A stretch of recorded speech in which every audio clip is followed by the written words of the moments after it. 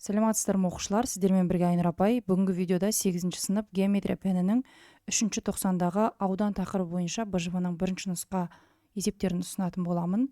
Бұл нұсқада келесідей 3 тапсырма берілген. Бірінші есепті қарастыратын болсақ, тік төртбұрыштың қабырғалары 5 см және 9 см дейді. Яғни мына қабырғасын 5 см деп алайық, ал мына қабырғасын 9 см деп алайық. Енді бұл жерде екі тапсырма бар. Бірінші тапсырмада осы тік төртбұрышпен шамалас және ұзындығы 15 см болатын тік төртбұрыштың енін табыңыз делінген. Осындай шамалас тік төртбұрыш деп алайық, оның ұзындығы 15 см екен, ал ені белгісіз, өйткені енін табыңыз деген, сондықтан енін x деп алайық. Енді бұл есепте тік төртбұрыштар шамалас деп айтылған. Шамалас дегеніміз, яғни мына бірінші тік төртбұрыштың ауданын S1 деп алатын болсақ, екінші тік төртбұрыштың ауданын S2 деп алатын болсақ, осы екі аудан бір-біріне тең деген сөз.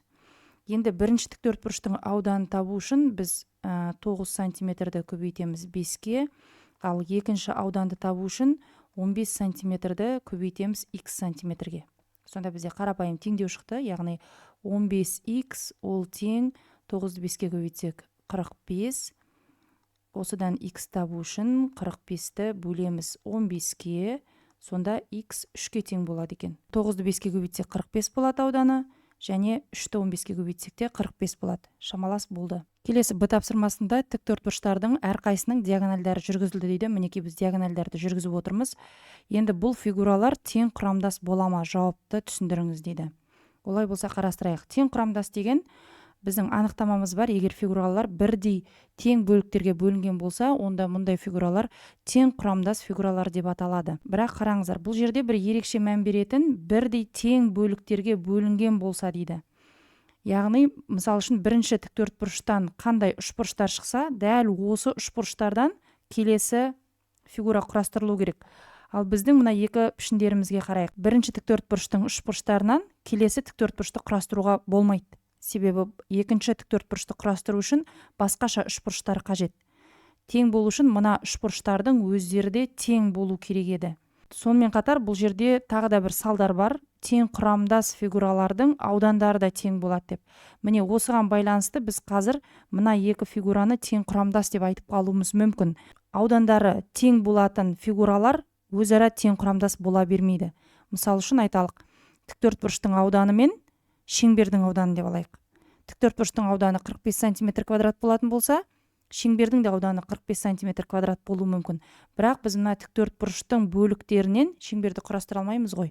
Дәл сол сияқты қарастырып отырған екі пішініміз бір-бірімен тең құрамдас бола алмайды. Яғни есептің жауабын болмайды деп жазамыз. Келесі екінші тапсырмада ABC үшбұрышында бұрыш А 45 градус дейді.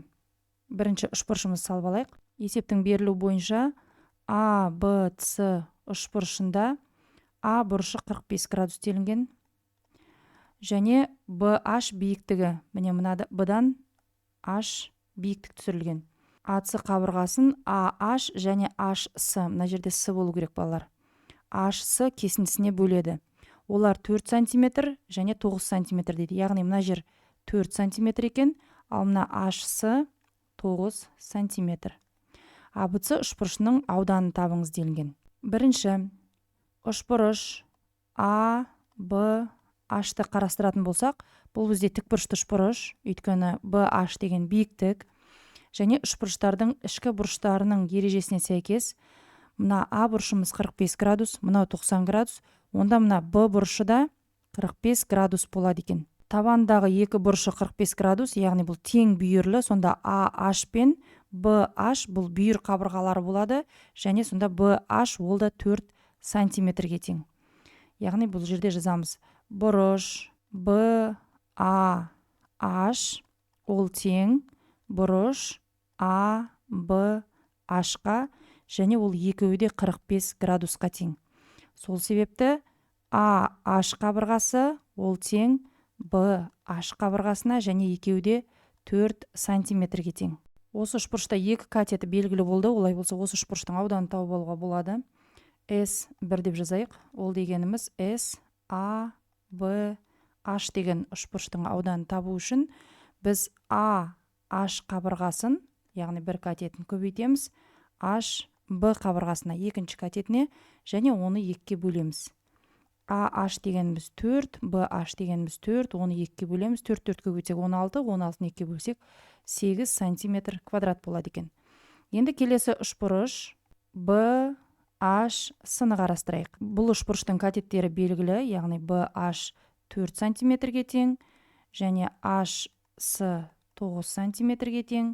Екі катеті белгілі болатын болса, екінші аудан, яғни үшбұрыш BH сының ауданын табуға болады. Ол үшін BH-ты көбейтеміз HC-ға, және оны 2-ке бөлеміз. Енді мәндерін қояйық. BH дегеніміз 4 сантиметр, HC дегеніміз 9 сантиметр, оны 2-ке бөлеміз. 9 4 36, 36-ны 2-ке бөлсек 18 сантиметр квадрат болады. Біз қазір мына екі үшбұрыштың жеке-жеке аудандарын тауып алдық. Енді жалпы ABC үшбұрышының ауданын табу үшін SABC деп алайық. Ол үшін біз бірінші аудан мен екінші ауданды бір-біріне қосуымыз керек. Бірінші аудан ол 8 сантиметр квадрат, екінші аудан 18 сантиметр квадрат. 8-ге 18-ді қоссақ, сонда үшбұрыштың ауданы 26 сантиметр квадрат болады екен. Келесі үшінші есеп. Табандары 15 сантиметр және 33 сантиметр, ал диагональдары сүйір бұрыштарының биссектрисалары болатын тең бүйірлі трапецияның ауданын табыңыз. Трапецияның төбелерін белгілеп алайық. A, B, C және D деп алайық. Енді табандары BC табаны 15 сантиметр, AB табаны ол 33 сантиметр. Енді бұл жерде диагональдары сүйір бұрышының биссектрисалары дейді. Сүйір бұрышы ол мына А төбесі және Д төбесінен шығатын бұрыштар. Осы А төбесінен шығатын биссектрисаны сызамыз. Биссектриса дегеніміз, яғни мына А төбесін теңдей екі бөлікке бөледі деген сөз. Және олар бізде әзірше белгісіз, оларды x градус деп алайық. Екеу бір-біріне тең, екеуі де x градус болады. Трапециямыз тең бүйірлі, яғни AB қабырғасы мен CD қабырғасы бір-біріне тең. Енді осы трапецияның ауданын табу керек. Трапецияның ауданының формуласын жазып алайық. Ол үшін А қосу B бөлу 2 көбейту h. Яғни табандарын қосамыз, 2-ке бөлеміз және оны биіктікке көбейтеміз. Қазір бізге биіктік керек. Биіктігіміз түсірілді. Енді мына жерде мына аралық ол мына BC қабырғасына тең, яғни бұл жер 15 сантиметр. Енді мына екі аралықты тауып алуға болады. Ол үшін 33-тен былай жазайық, азайтамыз 15-ті, міне мына аралықты, және мына екеуі бір-біріне тең ғой, сондықтан оны 2-ке бөлеміз. 33-тен 15-ті азайтатын болсақ 18, 18-ді 2-ке бөлсек, әрқайсы 9 сантиметрден болады екен. Яғни мына жерде 9 сантиметр, мынау да 9 сантиметр деген сөз. Енді BC қабырғасы мен AD қабырғасы бір-біріне параллель, және AC қиюшы деп алатын болсақ, былай жазайық, BC параллель AD-ға, өйткені бұл бізде трапеция. Және AC қиюшы. Олай болса, параллель түзулердің қасиеті бойынша мына бұрыш, яғни бұрыш SAD деп алайық. Ол мына бұрышқа тең. Өйткені бұлар өзара айқыш бұрыштар. Бұрыш BCA-ға тең. Олай болса, бұл бұрышта x градус болады. Енді үшбұрыш ABC-ны қарастыратын болсақ, мінекей ABC үшбұрышы. Оның табанындағы екі бұрышы x градус болып тұр. Ендеше бұл тең бүйірлі үшбұрыш. Яғни BC қабырғасы AB қабырғасына тең деген сөз. Жазамыз. AB қабырғасы ол тең BC қабырғасына, және олар 15 сантиметр болады. Мына жерге де 15 сантиметр деп жазып қояйық. Биіктік түскен нүктелерді E және L нүктелерді белгілеп алайық. Сонда ABE үшбұрышын алатын болсақ, ABE үшбұрышы ол бізде тік бұрышты үшбұрыш.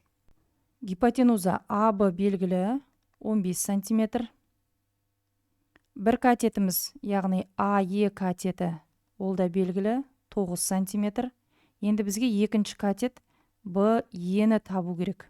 Ол үшін Пифагор теоремасын пайдаланамыз.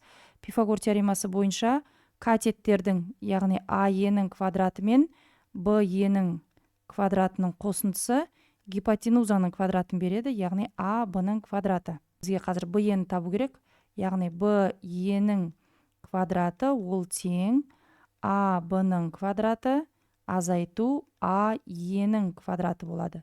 Сонда б-ның квадраты ол тең аб дегеніміз 15, 15-тің квадраты 225, азайту ае дегеніміз 9, 9-ның квадраты 81, сонда б-ның квадраты ол 144 болады. 144 дегеніміз 12-ның квадраты, яғни б-е қабырғасының ұзындығы 12 сантиметр болады екен.